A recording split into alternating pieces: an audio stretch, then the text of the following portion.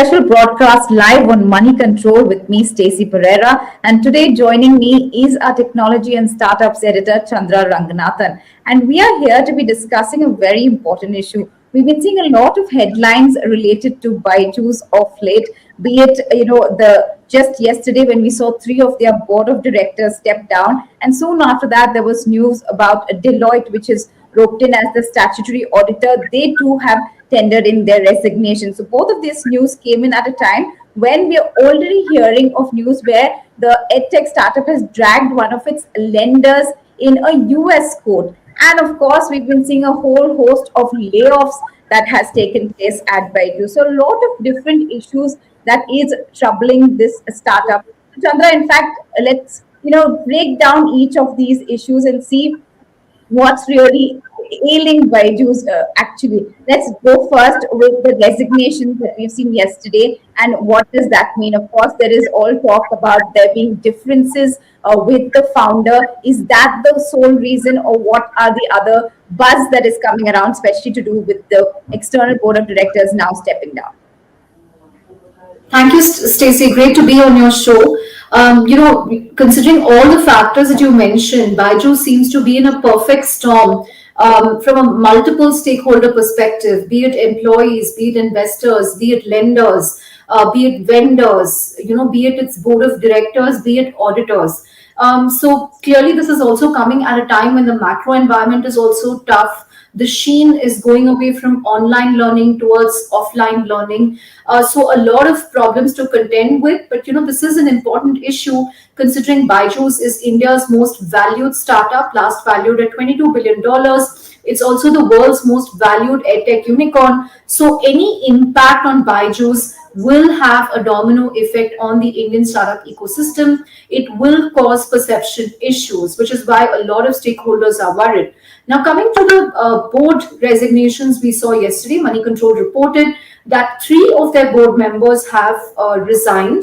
This is 3 investors who were on the board. So it's G.V. Ravishankar from Peak 15 Partners, Russell Dradenstock from Process, as well as Vivian Wu from Chan Zuckerberg. So the only 3 remaining on the board are Byju Ravindran, the founder, and his family members, his wife Divya Gokulnath, and his brother Riju Ravindran.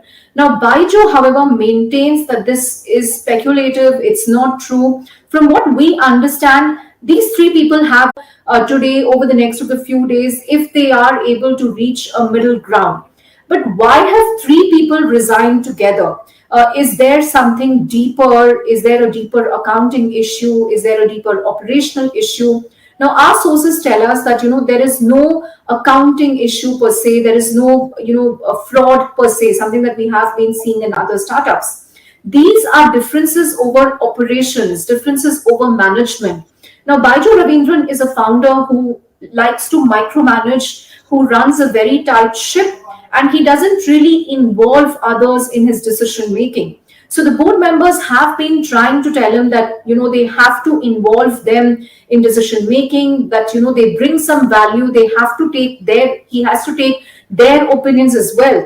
But he hasn't been open to doing that. They also want him to constitute the board in such a way that it has independent directors, that it has investors, that, there is a wider board presence instead of this being a founder-run board. So I think these were some of the issues that, were simmering for months. It finally came to a head in the last few weeks when Byju decided to sue its own lenders, and, that battle is going on in court.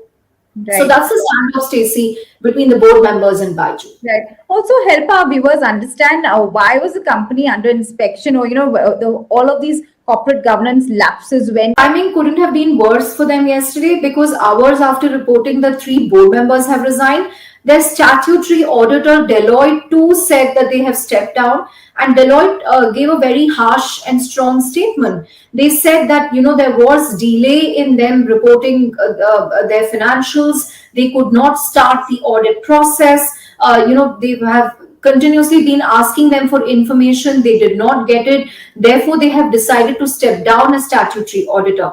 Now, Byju immediately said that they have appointed BDO MKSA as their statutory auditors, and that they will commence the audit process so that their financials are reported. But again, this has been a persistent issue for Byjus. Why do they delay reporting their earnings so much? Why they're not complying with what the law of the land says in terms of filing your financials on time with MCA, filing other statutory filings, even the board resignations. There's no update as yet. It hasn't been filed on MCA, possibly because he hasn't accepted these resignations. So this delay in financials has been an ongoing issue for them. And the resignation of a statutory auditor always sets off red flags. People wonder why they have stepped down. Is there something deeper? Are the numbers not kosher? But again, we've been speaking to sources. They agree that the timing was really bad for them, but that this was in the works, because relationship between Byju and Deloitte had broken down over the way their audit was being handled. Byju felt like Deloitte, despite auditing them for so many years, close to 5 years, suddenly changed the way Byju was supposed to report its financials. So I think ties broke down between the two. There was no love lost between the two. So I think it came to a point where Byju decided to go with a different auditor. In fact, they recently appointed a group CFO, Ajay Goyal, and from what we understand, this was one of his mandates to remove out Deloitte and bring in a new auditor to audit Byju's books. Right. You also mentioned about, the Ministry of Corporate Affairs, a lot of it not reflecting all of the changes being made. They too probably are looking at inspecting the Edtech startup. But let's go back to the part where you're talking about valuations. All of this kind of news, be it negative or otherwise, is definitely going to be denting that sentiment. It last raised 800 million, you said, just in March, at that valuation of about 22 billion, and it's looking to continue at this valuation, or looking to raise money at this valuation. How much will that change, especially with so much of negative publicity, if one has to call it that?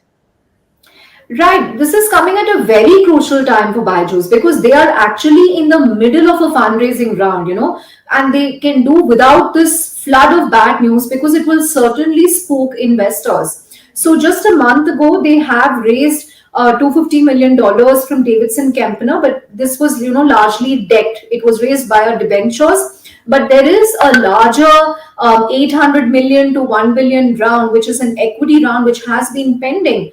And that is coming, via one of the Middle East sovereign funds. So we have been hearing for at least 2 months that they are close to closing that round, but that round hasn't closed yet.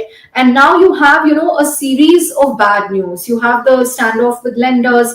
You earlier had the ED probe, then you have layoffs, then you have resignation of board members, and now you have resignation of auditors. So I'm guessing that, this is not news that investors would like to see at this point, particularly at a time when Byjus needs that money. Remember, Byju, apart from raising funds, is also trying to take Akash public. So they are trying to get an IPO done for Akash. So these things will certainly dampen sentiment on both those issues.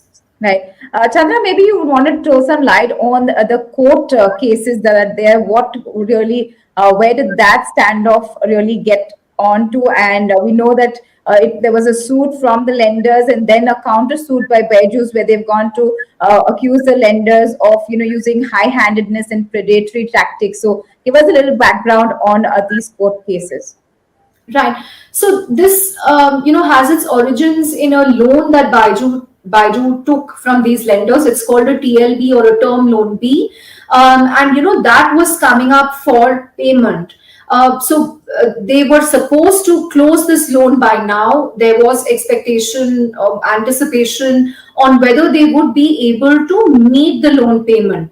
But in a complete U-turn, on the day when they were supposed to deposit that money, Byju instead issued a statement that they are going to sue this group of lenders. In fact, they have sued these group of lenders because they feel that they were, imposing very harsh terms on them, that they were using predatory tactics, that they were putting pressure on them to pay up. So then the lenders obviously came up with a counter suit saying that, a counter statement rather, that they were engaging with Byjus in good faith to make them pay up, but they did not honor that commitment. So they are also going to fight it out. So the standoff continues. From what I understand, they are trying to find out a solution.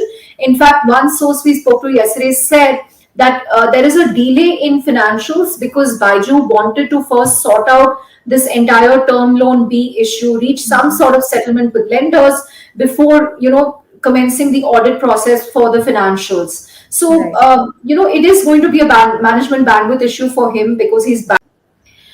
So we'll have to wait and see. Right now, obviously, they have a lot of challenges, but the sense we are getting is they seem confident that they will be able to overcome this. But entrepreneurs kind of thrive on that kind of optimism. But they have gotten a very senior person as their group CFO. Ajay Goyal was with Vedanta before. He's come in, so hopefully he is sort of putting internal controls in place. He's already appointed a new auditor. They're confident that they will commence the audit process soon, that they can reach a settlement with lenders. So many things have to come together. But one thing I can say is we cannot afford a collapse of Byjus because it is India's most valued unicorn. So sentiment wise, that's not going to be good at all because we've already seen 4-5 instances of governance lapses in the last year, from Bharat Pay to Trell to Go Mechanic to Zilingo to Mojocare, where founders, were not doing a good job of governance. But those were relatively smaller startups. But Byju is a behemoth. Anything going wrong there will have a very, very bad impact on the perception of India, perception of the Indian startup ecosystem, because majority of the money flowing into these startups are from foreign VC funds. They are from VCs who are funded by limited partners sitting abroad.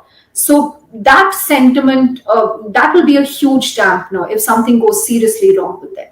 Right. So I guess we'll have to wait and see how Byjus really tries to navigate through this storm for now, perhaps each one day at a time, one step at a time, getting all of its books in orders, communicating to investors that all is well. But we'll have to wait and see how that really plays out. Thank you so much, Chandra, for giving us your time and explaining to us exactly what is going on with Byjus. I hope this was useful for our viewers also. Thank you so much for tuning in.